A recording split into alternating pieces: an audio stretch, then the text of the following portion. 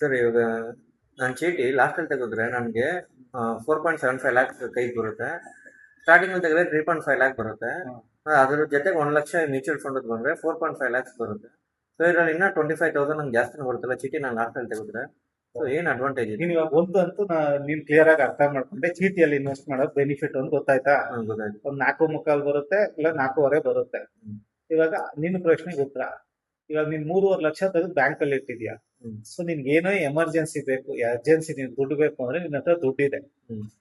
Which doesn't happen. ನೀನ್ ಬರೀ mutual fund ಅಲ್ಲಿ ಹಾಕಿದ್ರು ಇರಲ್ಲ, ಆರ್ ಡಿ ಅಲ್ಲಿ ಹಾಕಿದ್ರು ನಿನ್ಗೆ ಜಾಸ್ತಿ ಅಮೌಂಟ್ ಬರಲ್ಲ, ನೀನ್ ಎಷ್ಟು ಕಟ್ಟಿದ್ಯೋ ಅಷ್ಟೇ ಬರುತ್ತೆ. ಒಂದು ಅಡ್ವಾಂಟೇಜ್ ಇದೆ. ಇನ್ನೊಂದು, ಇವಾಗ ನೀನ್ ಏನ್ ಮ್ಯೂಚುವಲ್ ಫಂಡ್ ಅಲ್ಲಿ ಹಾಕ್ತೀಯಾ ಅದು ಬರೀ 1 ಲಕ್ಷ ಅಂತಾನೆ ಹೇಳಕ್ಕಾಗಲ್ಲ. ಕೆಲವೊಂದು 26%, 30% ರಿಟರ್ನ್ ಕೊಡುತ್ತೆ. ಆಗ ತಗೊಂಡಾಗ ಅದು 1.5 ಲಕ್ಷ ಆಗ್ಬೋದು, 2 ಲಕ್ಷ ಆಗ್ಬೋದು, ಐ ಡೋಂಟ್. ಅದು ಮಾರ್ಕೆಟ್ ಮೇಲೆ ಡಿಪೆಂಡೆಂಟ್. ಬಟ್ ಮಿನಿಮಮ್ ನಾನು ಹೇಳ್ತಿರೋದು 1 ಲಕ್ಷ ಆಗುತ್ತೆ ಅನ್ಬಿಟ್ಟು. ಸೊ ಅಲ್ಲಿ ನೀನ್ ಕಾಲ್ ತಗೋಬೇಕು, ಅದು ನಿನ್ನ ಟೈಮು ನಿನ್ನ ಲಕ್ ಮೇಲೆ ಡಿಪೆಂಡ್ ಆಗುತ್ತೆ. ಬಟ್ ಹೆಂಗೆ ಹೋದ್ರು chit is A better option.